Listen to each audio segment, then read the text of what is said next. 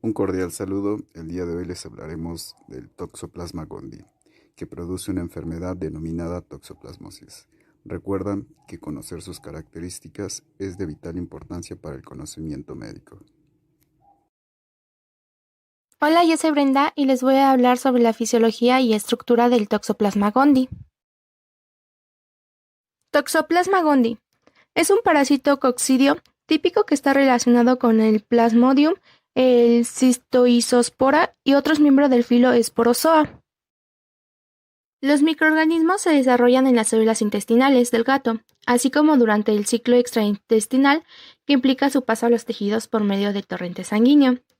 Los microorganismos del ciclo intestinal son eliminados con las heces del animal y maduran en medio ambiente externo para transformarse en quistes infecciosos a cabo de 3 o 4 días. Los ovoquistes pueden ser ingeridos por los ratones u otros animales y producir una infección aguda o crónica de varios tejidos, incluyendo al cerebro. Los gatos contraen la infección al ingerir tejidos procedentes de roedores infectados. A partir del ovoquiste se desarrolla algunas formas infecciosas, llamadas trofozoitos, que aparecen como cuerpos semilunares delgados llamados taquizoitos.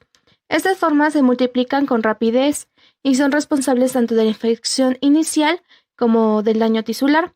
También se observan formas más cortas del crecimiento lento, denominados bradizoitos, que producen quistes en las infecciones crónicas.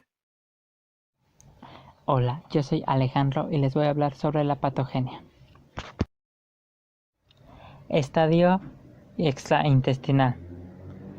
Este se encuentra en los músculos, vísceras abdominales y sistema nervioso central. Sus fases son taquizoitos, pseudoquistes, bradizoitos y quistes. Estadio intestinal. Es infección por ingesta de quistes en carne cruda.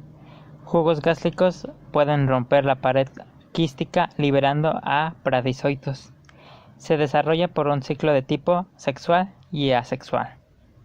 La sexual es un microgametocito y macrogametocito, y la asexual es un esquizonte o merozoito. Hola, mi nombre es Olivia y yo les voy a hablar acerca del ciclo biológico de Toxoplasma gondii. El Toxoplasma gondii presenta dos ciclos. El ciclo extraintestinal se da por el paso a través de los tejidos por medio de la sangre periférica y el ciclo intestinal donde el parásito es eliminado por las heces del gato. Este parásito madura en el medio ambiente externo y pasa a ovoquiste al cabo de 3 a 4 días. El ovoquiste es un parásito intestinal del humano que produce una infección aguda o crónica de varios tejidos, por ejemplo, el cerebro. Los gatos contraen la infección al ingerir tejidos de roedores infectados. De los ovoquistes se desarrolla la forma infecciosa o trofozoito. Estos aparecen como cuerpos semilunares delgados denominados taquizoitos. Los taquizoitos se multiplican con rapidez y son responsables de la infección inicial y del daño tisular. Las formas cortas y de crecimiento lento se denominan bradizoitos. Estos producen quistes en las infecciones crónicas. Estadio extraintestinal. Se localiza en músculos, vísceras abdominales y sistema nervioso central de varios animales o algunos reptiles. Presenta 4 fases. La primera es la fase de taquizoitos, que tienen una morfología semilunar, miden de 2 a 4 micrómetros de ancho por 4 a 8 micrómetros de largo, y los taquizoitos son la forma de multiplicación rápida, ya que se producen por endodiogenia. En este proceso, dos células se forman dentro de una célula madre y los taquizoitos son lábiles a los jugos gástricos. La segunda fase es la de pseudoquistes, que son el cúmulo de taquizoitos rodeados por una membrana de una célula parasitada cuyo núcleo ha sido destruido o expulsado. En la tercera fase encontramos a los bradizoitos, que se forman de 8 a 10 días después de la infección y son característicos de la fase crónica o latente de la infección. Los bradizoitos tienen la capacidad de iniciar el ciclo enteroepitelial y evolucionar a oquistes en el intestino del gato. Su reproducción es por endodiogenia. En la cuarta fase encontramos a los quistes, que son la acumulación de cientos a miles de bradizoitos de un tamaño aproximado de 200 micrómetros y están rodeados por una membrana. Eso le ayuda a que resistan temperaturas bajas hasta por 30 días. Los quistes se pueden encontrar en tejidos como el cerebro, corazón, músculo esquelético, vísceras abdominales, ojo, órganos linfoides, células pulmonares, entre otras. Estadio intestinal. Solo se observa en gatos y otros felinos, ya que invaden las células intestinales del tubo digestivo, donde se desarrolla por un ciclo de tipo sexual o asexual. En el ciclo sexual se produce un microgametocito y un macrogametocito. El oquiste está presente en las heces y producen dos esporoquistes que producirán dos esporozoitos. Y en el asexual encontramos los esquizontes y merozoitos. Epidemiología. Los pacientes con SIDA presentan mayor riesgo de tener manifestaciones graves. El ser humano se infecta a partir de dos fuentes. La primera es por consumo de carne poco cocinada de animales que actúan como hospedadores intermediarios, y la segunda es por la ingesta de ovoquistes infecciosos procedentes de las heces del gato contaminadas. La mayor prevalencia es en personas que consumen poco carne cocinada o jugos de carne. La infección diseminada y la afectación del sistema nervioso central son mucho más frecuentes en pacientes con defectos de la inmunidad celular, especialmente los infectados por VIH o los que están sometidos a trasplantes de órganos o un tratamiento inmunosupresor. Enfermedades clínicas. La mayoría de las infecciones son benignas y asintomáticas. Los síntomas tan solo aparecen cuando los parásitos pasan de la sangre a los tejidos. En los casos clínicos con enfermedad sintomática, la infección se caracteriza por destrucción celular, multiplicación de los microorganismos y en la última instancia formación de quistes. El microorganismo exhibe un tropismo particular por las células del pulmón, el corazón, los órganos linfoides y el sistema nervioso, incluido el ojo. Entre los síntomas de la enfermedad aguda figuran escalofríos, fiebre, cefalea, mialgias, linfadenitis y astenia.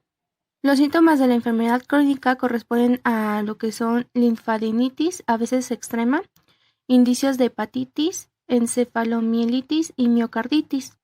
Algunos casos cursan con coriorretinitis, que puede provocar lo que es la ceguera. La infección congénita por T. gondii también tiene lugar en los hijos de madres infectadas durante el embarazo. La infección durante el primer trimestre puede provocar un aborto espontáneo, parto de feto muerto o enfermedad grave. Entre las manifestaciones en el que el lactante haya contraído la infección después del primer trimestre se incluye lo que es la epilepsia, encefalitis, microcefalia, calcificaciones intracraneales, hidrocefalia, retraso psicomotor o mental, coriorretinitis, ceguera, anemia, ictericia, exantema, neumonía, diarrea e hipotermia. Es posible que el lactante no presente síntomas al nacer y desarrolle la enfermedad meses o años más tarde. La mayoría de esos niños sufren lo que es coriorretinitis, con o sin ceguera o trastornos neurológicos como retraso mental, convulsiones, microcefalia o sordera. En los individuos inmunodeprimidos de mayor edad se observa un espectro de enfermedad diferente. Los síntomas suelen ser de índole neurológica, producidos sobre todo por encefalopatía difusa, meningoencefalitis o lesiones expansivas en el cerebro. La enfermedad suele ser multifocal, con aparición de más de una lesión cerebral al mismo tiempo. Los síntomas guardan relación con la localización de las lesiones y pueden consistir en hemiperasia, convulsiones, trastornos visuales, confusión y letargo. Entre las demás localizaciones de la infección descritas se incluyen los ojos, el pulmón y los testículos, aunque la enfermedad aparece sobre todo en pacientes con SIDA. Puede provocar manifestaciones similares en otros individuos inmunodeprimidos, en particular los receptores de trasplantes de órganos sólidos. En la infección activa aguda, el diagnóstico se establece con el aumento de los títulos de anticuerpos en la sangre, tomadas de forma seriada. Los perfiles serológicos de Toxoplasma gondii diferencian las infecciones agudas activas de infecciones crónicas asintomáticas. Las pruebas serológicas PTS incluyen 1. Prueba de colorante Sabin-Fidelman. Miden los anticuerpos IgG. 2. ELISA. Mide IgM, IgA e IgE. 3. Pruebas de aglutinación inmunoabsorbente. Mide las concentraciones de IgE. En inmunocompetentes se realiza la detección selectiva de anticuerpos IgG frente a T. Gondi. Algunos estudios miden IgM en paralelo. La IgM puede persistir por 12 meses tras una infección aguda. La medición de IgG deberá ser en muestras seriadas con 3 semanas de separación. Si el título de IgG es negativo o es menor a 1,16, se descartará la infección por toxoplasma. El aumento al doble determinará una infección aguda. La IgG permanecerá aumentada durante muchos años tras la infección. La toxoplasmosis en pacientes con tumores malignos, trasplantados de órganos o SIDA se considerará una reactivación de la enfermedad. Las lesiones cerebrales por Toxoplasma gondii pueden ser indistinguibles de un linfoma cerebral o enfermedad de Chagas cerebral. La ausencia de anticuerpos IgG e IgM descartan la infección activa. En la toxoplasmosis congénita, el diagnóstico puede ser por ecografía o amniocentesis para realizar PCR. El diagnóstico definitivo es histopatológico por la identificación del trofozoito y quistes de Toxoplasma gondii en tejidos y líquidos corporales. El procesamiento de muestras incluye 1. Biopsias de ganglios linfáticos, cerebro, miocardio o cualquier otro tejido sospechoso. 2. Toma de líquidos corporales, como líquido cefalorraquídeo, líquido amniótico o lavado broncoalveolar. La tinción con inmunofluorescencia se puede utilizar. Los cultivos de Toxoplasma gondii solo son experimentales. El método menos invasivo, efectivo y sensible es la PCR. El tratamiento inicial es pirimetamina y sulfadiazina a dosis altas. Se continúa con dosis bajas por tiempo indefinido, ya que ambos presentan cierta toxicidad. La alternativa es clindamicina y pirimetamina. Otro tratamiento alternativo es utilizar atovaquona y acitromicina, combinados o en monoterapia. Otra alternativa es utilizar trimetroprima con sulfametoxazol, sobre todo en la toxoplasmosis diseminada o con afección al sistema nervioso central. El tratamiento durante el primer trimestre del embarazo es limitado por la teratogenicidad y está indicado la clindamicina y la espiramicina, ya que presentan resultados aparentemente buenos. Para la prevención del Toxoplasma gondii, se recomiendan las pruebas de rutina serológicas para la detección en los pacientes sometidos a trasplante o en los pacientes con VIH. En el caso de los pacientes positivos sin síntomas, está indicado el tratamiento profiláctico. En las embarazadas, las medidas preventivas incluyen evitar el consumo y manipulación de carnes crudas o poco cocinadas o el contacto con las heces del gato.